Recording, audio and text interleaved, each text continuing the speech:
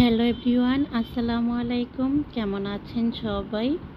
আশা করছি যে যেখান থেকে আমার আজকের এই ব্লগটি দেখছেন আপনারা সবাই ভালো আছেন, সুস্থ আছেন।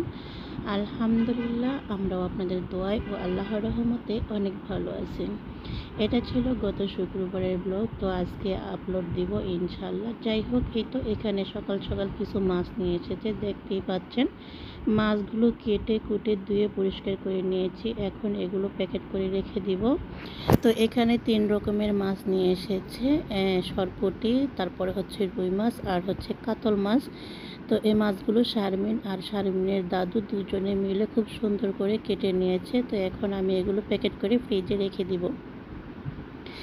তো যেহেতু শুক্রবার, তো ভেবেছিলাম একটু স্পেশাল কিছু রান্না করব, তাই মাছগুলো আমি আর রান্না করি নাই, ওগুলো ফ্রিজে রেখে দিয়েছি। আর এই তো এখানে গরুর মাংস ভিজিয়ে রেখেছি, গরুর মাংস রান্না করে নিব। তো যাই হোক, রান্না করার আগে তো ভাবলাম যে গরম পড়েছে একটু তরমুজ খেয়ে নিই।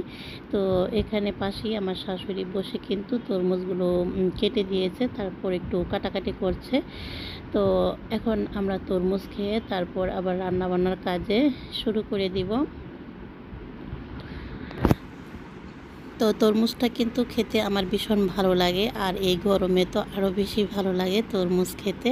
তরমুজটা কিন্তু বেশ টকটকি ছিল, তেমন একটা মিষ্টি ছিল না। এখনকার তরমুজ যে এরকম কেন বুঝতেই পারি না। যাই হোক, এই তো এখানে তরমুজ খেয়ে রান্না করে চলে এসেছি। তো এসে কিন্তু আমি অলরেডি রান্না বসিয়ে দিয়েছি। তো এতে এখানে পোলাওর চাল ভিজিয়ে নিব।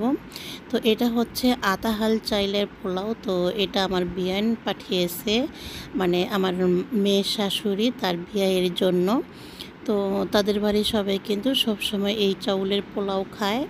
তো এই চাউলটা আমার বিয়ান বাড়ির আশেপাশেই মানুষের ক্ষেত করে, তো সেখান থেকে কিন্তু তারা কিনে আনে। তো আমাদের জন্য কিছু পাঠিয়েছে, তো সেগুলোই আমি রান্না করব। তো এই আতাহাল চালের পোলাও কিন্তু আমি কখনোই রান্না করি নাই। তো খেতে বেশ মোটামুটি ভালোই লাগে। তো যাই হোক, আমি চাউলটাকে ধুয়ে তারপরে একটু ভিজিয়ে রাখবো। আমি সবসময় পোলাওর চাউলটাকে ধুয়ে একটু ভিজিয়ে রাখি, তারপর রান্না করতে বেশ সুন্দর হয়। তো যাই হোক, এই তো এখানে আমি চাউলটা ধুয়ে ভিজিয়ে নিব। আর এই পর্যন্ত যে আপু ভাইয়ারা আমার ভিডিওটা দেখে এসেছেন, এখনও লাইক দেন নাই, তো প্লিজ একটা লাইক দিয়ে পুরো ভিডিওটি দেখে নেবেন। আর আমার চ্যানেলটিকে এখনও যারা দেখছেন কিন্তু চ্যানেলটিকে সাবস্ক্রাইব করেন নাই, তো প্লিজ চ্যানেলটিকে সাবস্ক্রাইব করে আমার পাশেই থেকে যেতে পারেন।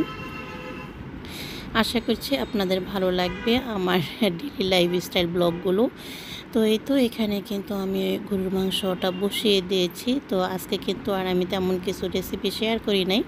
গত ভিডিওতে কিন্তু আমি গরুর মাংসের রেসিপিটা শেয়ার করেছিলাম। তো আমি কিন্তু সবাইকে বলেছিলাম, তো বলেন তো আমি গরুর মাংসের মধ্যে কী দিই নাই, তো কেউই কিন্তু বলতে পারেন নাই। অনেকেই বলেছেন জিরার গুঁড়া দেন নাই, অনেকেই বলেছেন লবণ। তো যাই হোক, আমি আজকে বলে দিচ্ছি, গত ভিডিওতে যে আমি গরু মাংসের রেসিপি দিয়েছি সেখানে আমি পেঁয়াজ দিতে ভুলে গিয়েছিলাম। তো যাই হোক, পেঁয়াজটা কিন্তু আমি পরবর্তীতে দিয়েছিলাম। তো অনেক বছর আগে একবার কিন্তু আমি গরুর মাংস রান্না করতে গিয়ে গরুর মাংসের মধ্যে আদা রসুন বাটা দিয়েছিলাম না, আমার একটু খেয়াল ছিল না। তো আমি কিন্তু তখন আমার ননদরা এসেছিলো আমাদের বাসায় বেড়াতে। তো তাদেরকে আমি বলেছিলাম যে গরুর মাংস কেমন হয়েছে, তো ওনারা কিন্তু বলেছে বেশ ভালো হয়েছে। তো আমি কিন্তু বলেছিলাম, তো গরুর মাংসে কী দেই নাই বলেন তো, কেউই কিন্তু বলতে পারে নাই। তো লাস্টে আমি কিন্তু বলেছি যে আমি আদা রসুন বাটা দিই নাই, তো তারা কিন্তু ধরতে পারে নাই। তো যাই হোক, আপারা বলল যে তারপরও তো কোনো কিছু বোঝা যায় না, ভালোই তো হয়েছে খেতে। তো যাই হোক, এই তো এখানে কিন্তু আমি মাংসটাকে কষিয়ে আলু দিয়ে নিচ্ছি। আমার কাছে কিন্তু বেশ ভালো লাগে এই ঝোল আর আলু আলু দিয়ে গরুর মাংসের ঝোলটা বেশ খেতে ভালো লাগে। আর একটু পিঠা বানাবো, সেই কারণে কিন্তু আমি গরুর মাংসের মধ্যে একটু আলু আর ঝোল বেশি করে দিয়েছি। তো এই তো এখন কিন্তু আমি পোলাওটা রান্না করে নিব। তো এখানে কিন্তু আমি প্রথমে তেল দিয়েছি, তারপর আস্ত গরম মশলা তেজপাতা দিয়েছি, তারপর পেঁয়াজ দিয়ে দিলাম। তো যাই হোক, এর আগেও কিন্তু আমি পোলাও রেসিপি দিয়েছি, অনেক আপুরাও জানেন। তো নতুন আপু যারা আছেন তারা যদি না পারেন তাহলে শিখে নিতে পারেন, আর শেখার তো শেষ নাই। যাই হোক, আমি লবণ দিয়ে দিয়েছি, তারপর আদা রসুন বাটা দিয়ে দিলাম। এখন এই আদা রসুনটাকেও আমি খুব ভালো করে তেলের সঙ্গে ভেজে নিব। তারপর এই চাউলটাকে দিয়ে দিব। তো এই চাউলটাকে দিয়েও কিন্তু আমি বেশ কতক্ষণ ভেজে নিয়েছি তেলের সঙ্গে। তো এমনিতে আমরা বাজার থেকে যে কালিজিরা পোলাওর চালটা কিনে খাই, বা আরেকটা যে কী পোলাওর চাল আছে আমার সঠিক মনে থাকে না, আসলে ভয়েস ওভার করতে গেলে অনেক কিছুরই মনে থাকে না, কেন যেন ভুলে যাই। তো সেটা যেরকম সুন্দর ভাজা একদম জর্জরে হয়, এটা কিন্তু সেই রকম ভাজা জর্জরে হয় নাই। আর এটা রান্না করার পরও কিন্তু ওই রকম ঝরঝরা হয় না, পোলাওর মতো একটু আঠালো আঠালো ভাব থাকে। তো যাই হোক, আমি এখানে 1 কেজি পোলাওর চাউল নিয়েছি, সেই সঙ্গে আমি 2 লিটার পানি দিয়ে দিলাম। তো আমি পানিটা দিয়ে তারপর চুলায় বসিয়ে দিলাম। আর এই তো এখানে আদা রসুন বাটা ছিল না আজকে, তো শারমিন কিন্তু আদা রসুনটা আমার ব্লেন্ডার করে দিয়েছে। তো আরে অন্য একটা বাটিতে রেখেছিল, তো আমি জায়গায় রেখে ভাবলাম ফ্রিজে ঢুকিয়ে রাখি। আর যে হারে গরম পড়েছে, বাইরে অল্প একটু রেখে বাকিটা ডিপ ফ্রিজে রেখে দিব, কেন যেন কয়েকদিন নর্মাল ফ্রিজে থাকলেও গন্ধ হয়ে যায়। আর ইদানিং এত গরম, এত লোডশেডিং বলার মতো না। যেমন গরম পড়েছে তেমনি কিন্তু লোডশেডিং হচ্ছে। আর এই লোডশেডিংয়ের কারণে কিন্তু অনেকের ভিডিও দেখতে পাচ্ছি না। কারো কারো ভিডিও দেখার পর কমেন্ট করব, অমন সময়ে কিন্তু কারেন্টটা চলে যায়। তো কী যে একটা অবস্থা, এমনিতেই সবার গরমে নাজেহাল, তার মধ্যে আবার লোডশেডিং। কী আর করার, কিছুই করার নেই, কপালে যা আছে তাই মেনে নিতে হবে। তো এই তো আমি কিন্তু মাংসটাকে কষিয়ে নেওয়ার পর আমি এখন দিয়ে দিলাম পানি। তো আমি কিন্তু সব সময় এখানে গরম পানিটা ইউজ করি গরুর মাংসের মধ্যে, বিশেষ করে অন্যান্য তরকারির মধ্যে ঠান্ডা পানি দিলেও আমি কখনোই গরুর মাংসের মধ্যে ঠান্ডা পানি দিই না। সব সময় আমি ফুটন্ত গরম পানি দিই, কেটলিতে আমি গরম পানি করে রাখি সেটাই দিই। তো যাই হোক, এখন ঝোলটা দিয়ে নিয়েছি, তো এখন আমি এটাকে ঢেকে রান্না করব। আর যেহেতু এমনি কয়েকদিন ধরে ফ্রিজে রেখেছি, তো সেই কারণে কিন্তু মাংসটা খুব তাড়াতাড়ি সিদ্ধ হয়ে যায়, প্রেশার কুকারে রাখতে হয় না বা প্রেশার কুকারে রান্না করতে হয় না। তো এইদিকে আমি 2টা মাছ ভেজে নিচ্ছি, এগুলো হচ্ছে সরপুঁটি মাছ। তো ভাবলাম যে 2টা মাছ ভেজে নিই, তো যেহেতু মুরগির মাংস রান্না করতেছি না। তো এই তো কিছু পেঁয়াজের বেরেস্তা দিয়ে দিব, আর হচ্ছে কাঁচামরিচ দিয়ে দিব। আমার রান্নাটা কিন্তু প্রায় শেষ হয়ে এসেছে।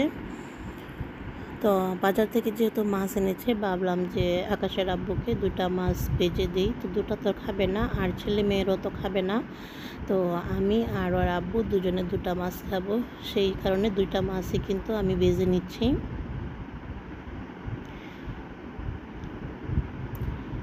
তো এই তো এখন কিন্তু আমি চুলাটাকে একদম লো হিটে, তারপর ঢেকে লো হিটে রান্না করে নিব। আর এদিকে মাছটাকে আমি উল্টিয়ে পাল্টিয়ে একটু মচমচে করে ভেজে নিচ্ছি। আমি কিন্তু যে কোনো তরকারি রান্না করলে লাস্ট পর্যায়ে 4-5 মিনিটের মতো একদম লো হিটে রান্না করি ঢেকে, তারপর কিন্তু উপরে তেলটা খুব সুন্দর করে বেশি ওঠে। তো এই তো এখানে আমি মাছটা ভেজে একটা পিরিজের মধ্যে তুলে নিয়েছি, তো তেলটা উপরে দিয়ে দিব। তেলটা দিয়ে দিলে একটু মাছটা নরম থাকে, খেতেও ভীষণ ভালো লাগে। আর এই তো আমার গরুর মাংসের ফাইনাল লুকটা কেমন হয়েছে দেখতেই পাচ্ছেন। তো যখন আমি চুলাটা লো হিটে রাখি, তেলটা উপরে বেশি এরকম হয়। আর এমনি তো আমার গরুর মাংসের মধ্যে প্রচুর তেল ছিল এবারের মাংসেতে।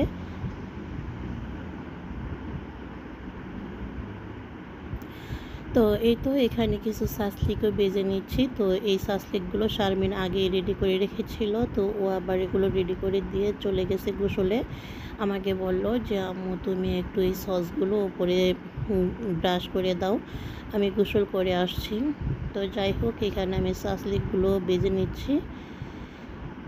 আসলে এই সাসলিকগুলো খেতে একটু বেশি মিষ্টি হয়ে গিয়েছে, তো শারমিনের আব্বু খেতে চেয়েছিল সাসলিকগুলো। তো মিষ্টি হওয়ার কারণে কিন্তু সাসলিকটা তেমন একটা খায় নাই। শারমিন আবার সসের মধ্যে একটু চিনিটা বেশি দিয়ে ফেলেছিল। তো যাই হোক, খেতে ভীষণ ভালোই লেগেছে। তো বাচ্চাদের কাছে তো এইসব খুবই প্রিয় একটা খাবার। ওরা তো যেমনই হোক না কেন এই জিনিসগুলো খেতে ভীষণ পছন্দ করে। তো যাই হোক, একটু পোড়া পোড়া লেগে গেছে, কোনো ব্যাপার না। রান্না করতে গেলে কিন্তু একটু পোড়া লেগে যাবেই।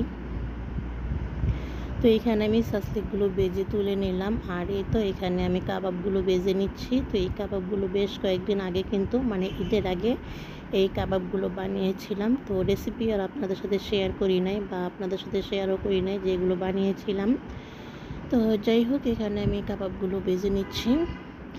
তো রোজার মধ্যে কিন্তু আমি আলু দিয়ে কাবাব বানিয়েছিলাম, একটু ভালো লাগেনি। আর এগুলো কিন্তু ডাল দিয়ে বানিয়েছিলাম, তাও আমার ভালো লাগে না। খালি মুরগির মাংস দিয়ে কাবাব বানালে আমার কাছে বেশ ভালো লাগে। তো যাই হোক, সব কিছুই কিন্তু একটু একটু ট্রাই করতে হয়। তো এই তো আমার মোটামুটি রান্না বান্না সব শেষ। তো এখন আমি খাবারগুলো সার্ভ করে দেব টেবিলের উপর।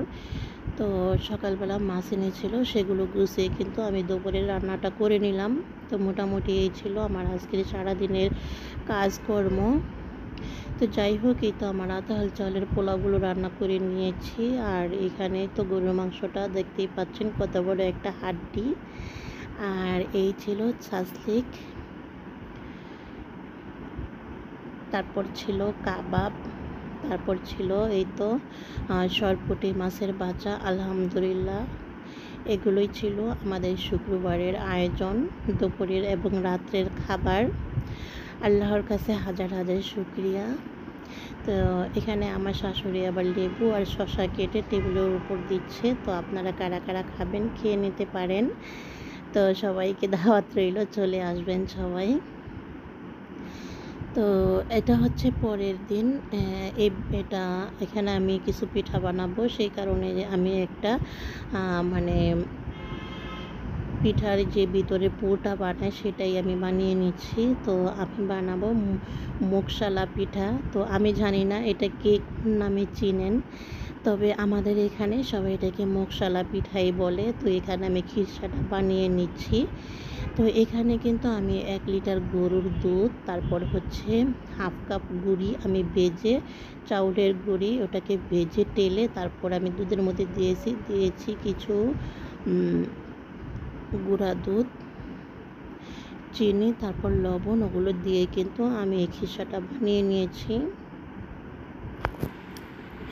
তো যাই হোক, এখানে আমার শাশুড়ি রুটিগুলো বানিয়ে দিচ্ছে। তো এগুলো হচ্ছে চাউলের রুটি, চাউলের গুঁড়া দিয়ে যে রুটি বানায় সেটাই কিন্তু করেছি। আর আমি এখানে তো ভিতরে পুরগুলো ভরে তারপর পিঠাটা বানিয়ে নিচ্ছি। তো আসলে ভিতরের পুরটা যে কোনো পিঠার ভিতরে পুর ভালো হলে কিন্তু সব পিঠাই খেতে ভালো লাগে। তবে আমার এই পিঠার ভিতরের পুরটা বেশ মজার হয়েছিল, সেই কারণে কিন্তু পিঠাটাও খেতে বেশ ভালো লেগেছে।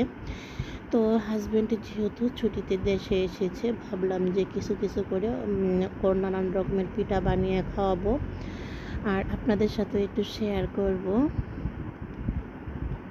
তো আজকে এর আগেও কিন্তু আমি তেলের পিঠা বানিয়েছিলাম, সেটা আর আপনাদের সাথে শেয়ার করিনি। তো ভাবলাম যে আজকে যেহেতু পিঠা বানাচ্ছি, আমার লিপি বান্ধবী বলে আমি নাকি জামাইকে এমনিই ভালোবাসি, কিন্তু তাকে কোনো কিছু তৈরি করে খাওয়াই না। তো যাই হোক বান্ধবী, দেখো এই তো আমি আমার স্বামীকে পিঠা বানিয়ে খাওয়াচ্ছি। আর তোমার যদি খেতে ইচ্ছে করে তাহলে কিন্তু তুমিও চলে আসতে পারো। তো যাই হোক, বান্ধবীর কথা বলতে বলতে একজনের কথা মনে পড়ে গেল, আমার একমাত্র বিয়াইন, আমার ভাইয়ের একমাত্র শালি। সে বলে আমাকে আমি নাকি শুধু বান্ধবীদের কথাই বলি, বান্ধবীর নাম নেই, আমি আর কারোর নাম নেই না। তো আমার বিয়ানকে বলেছিলাম, আমার বান্ধবীরা তো কমেন্ট করে বলে তুমি তো কিছুই বলো না, তো কমেন্ট করো। ও বলে যে আমি অনেক কমেন্ট করি কিন্তু আমি ওর কমেন্ট পাই না। তো আমার ভাইয়ের একমাত্র শালীর নাম হচ্ছে শান্তামণি। তো শান্তামণি, এই তো তোমার নাম নিলাম। তো আমার বিয়ানটার জন্য সবাই খুব দোয়া করবেন। আমার বিয়ান কিন্তু ছোট্ট বয়সের, মাত্র 6-এ পড়ে। ওর জন্য সবাই দোয়া করবেন, ও যেন লাল টুকটুকে একটা জামাই পায়। তো যাই হোক, এই তো আমি কিন্তু কথা বলতে বলতে এখানে পিঠাগুলো ভেজে নিচ্ছি, দেখতেই পাচ্ছেন। পিঠা কিন্তু অসম্ভব মজার হয়েছে। তো আপনারা যারা যারা খেতে চান অবশ্যই কিন্তু এক পিস করে নিয়ে খেতে পারেন, আর বাকিগুলো আমার বান্ধবীদের জন্য রেখে যাবেন। তা না হলে কিন্তু আমার বান্ধবীরা রাগ করবে আমার সাথে। তো যাই হোক, অনেক বক বক করেছি, যদি কোনো ভুল ত্রুটি বলে থাকি তাহলে প্লিজ আমার সুন্দর দৃষ্টিতে দেখবেন। এই ছিল আমার আজকের ব্লগ। সবাই ভালো থাকবেন, সুস্থ থাকবেন, নিরাপদে থাকবেন। আল্লাহ হাফেজ, আসসালামু আলাইকুম।